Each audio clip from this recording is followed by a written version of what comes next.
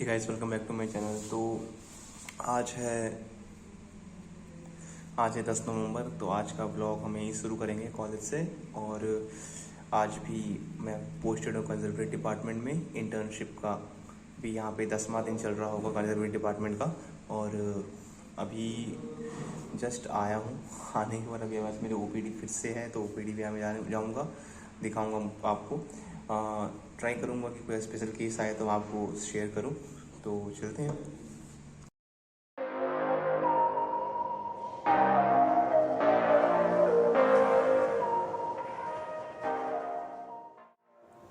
ये भी सुबह सुबह एक केस आया था एक पेशेंट का, जिसमें उसकी आरसीटी लगभग 8 महीने से चल रही थी। उसने कोई एक हिस्ट्री नहीं दी थी कि उसे चोट लगा था उस जगह पे। बेसिकली वहाँ पे दांत पे एपेक्स में, एंटीरियर एपेक्स में उसको फ्रैक्चर हो गया था।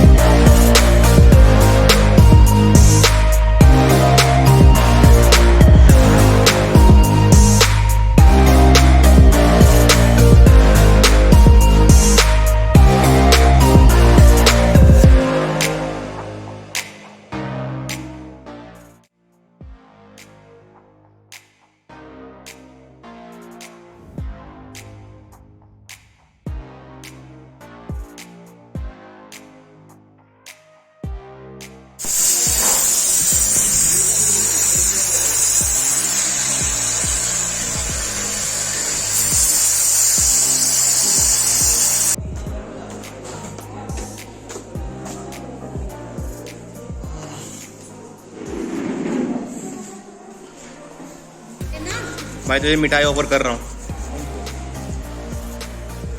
वो मिठाई पता काहे की है? मिठाई तो खाना भाई।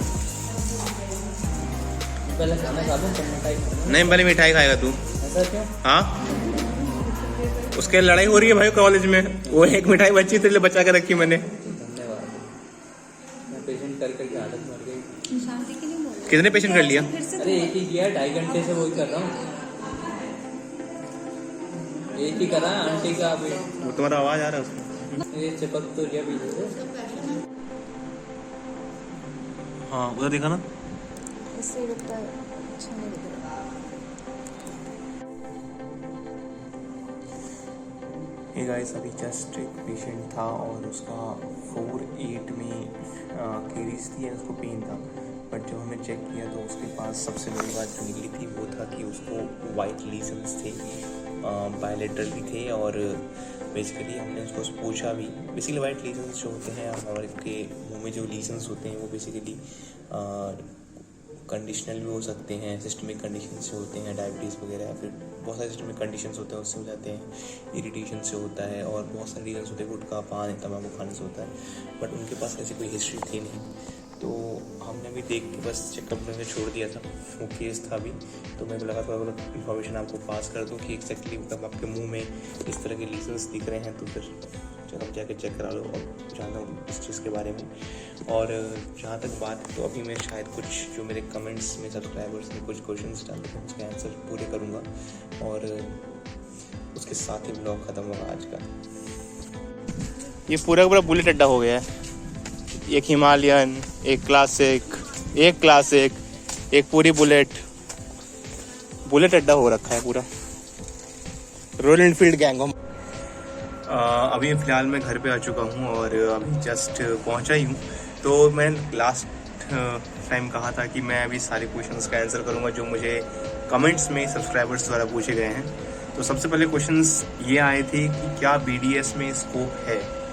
ओके, तो क्वेश्चन आया था क्या बीडीएस में स्कोप है। तो यार देखो, dentistry is most expensive branch of medical field, I think, अभी इंडिया में खासकर, और इंडिया में ग्रो कर रहा है। फॉर एग्जांपल अगर मैं बताऊं कि एक छोटी सी सबसे स्मॉल प्रोसीजर होती है स्केलिंग की, तो स्केलिंग अगर मैं बात कर रहा हूं तो स्केलिंग में बेसिकली आपको नॉर्मली 1000 to 1500 खर्च करने पड़ते हैं। क्लिनिक टू क्लिनिक और प्लेसेस के हिसाब से वेरी कर सकता है। एंड सबसे ये माइन्यूट प्रोसेस होती है, बेसिक प्रोसेस है। और अगर आपने स्केलिंग 10 कर ली, it means it cost approximately 10,000 to 15,000। 10 scaling एक महीने में, तो 15,000 रुपये आपके कहीं नहीं गए, 10 से 15,000 रुपये। तो आप बाकी अंदाजा लगा लो। रूट कैनाल ट्रीटमेंट जो होते हैं वो 6,000, 7,000, 8,000 इस हिसाब से होते हैं। और बाकी बहुत सारे प्रोसेस हैं जो बहुत ही ज़्यादा एक्सपेंसिव होते हैं। For example ortho treatments are most expensive. Second question था कि क्या MBBS के बाद BDS के लिए देखना सही है या फिर मैं ड्रॉप लूँ। तो यार मेरा मानना ये है कि मेरे हिसाब से जो मेरा एक्सपीरियंस रहता है कि जो फर्स्ट कोई किसी भी चीज़ की जो फर्स्ट अटेम्प्ट होती है वो बेस्ट अटेम्प्ट होती है। चाहे आप नीट UG दे रहे हो या नीट PG दे रहे हो, क्योंकि आप फुल टू प्रिपेयर होके आते हो, कॉन्फिडेंस लेवल बहुत ही ज़्यादा हाई रहता है एंड एनर्जेटिक रहते हो, तो मेरे ख्याल से बेस्ट परफॉर्मेंस होती है। अगर आपको ड्रॉप लेना है तो 1 साल और ड्रॉप ले लो। मेरे हिसाब से 1 साल ड्रॉप इज़ इनफ ये जज करने के लिए कि आप क्या कर पाओ। क्योंकि देखो, बात यहाँ पे सिर्फ ड्रॉप लेके किसी कॉलेज में जाने की नहीं है। अगर आप खुद विचार करेंगे तो आप बताओ, क्या आप कभी भी किसी सिर्फ MBBS के पास जाते हो या किसी BDS के पास जाते हो? आप हमेशा स्पेशलिस्ट के पास जाते हो। तो पीपल स्पेशलिस्ट के पास जाना प्रेफर करते हैं। तो आप सोचो, 5 साल का ड्रॉप, 5 से 6 साल MBBS BDS, फिर 3 साल की PG, तकरीबन 10 साल हो गए। आप सोच रहे हो, और 3-4 साल अगर क्लिनिक डाल रहे हो तो और ज़्यादा, उस क्लिनिक को चलने के लिए 3-4 साल और ज़्यादा चाहिए होता है। तो आप हिसाब लगा लो कि आप क्या करना चाहिए, ड्रॉप कितना लेना चाहिए। मेरे एक्सपीरियंस के हिसाब से 1 साल drop is enough and highest 2 year drop. उसके अलावा आप कुछ मत करो। मैंने BDS देखे हैं अपने एरिया में भी और बाहर में भी, जहाँ पे डेंटिस्ट्री ग्रो कर रही है। 2 lakh to 3 lakh per month कमा रहे हैं वो। एक बार सेटल क्लिनिक होने के बाद 50 to 60 के एवरेज एक डेंटिस्ट कमाता है। बट इन रियलिटी पैसे हैं, अगर आपको काम आता है तो। थोड़ी सी मेहनत ज़्यादा है, हार्ड वर्किंग फील्ड है, स्कोप गवर्नमेंट जॉब में थोड़ी सी कम है। क्योंकि मैं फैक्ट की बात करूँगा, ये नहीं बोलूँगा कि गवर्नमेंट सेक्टर में जॉब बहुत ज़्यादा है, कम है कंपैरेटिवली बाकी ब्रांचेस के, फॉर एग्जाम्पल MBBS। तो ये तो दूसरा सवाल था। अब एक और सवाल इसका मैं आंसर करना चाहूँगा। और एक इंसान ने मुझसे पूछा क्या MDS के बाद स्कोप है। ये तो मैंने आपको भी BDS का समझाया। MDS is a specialisation.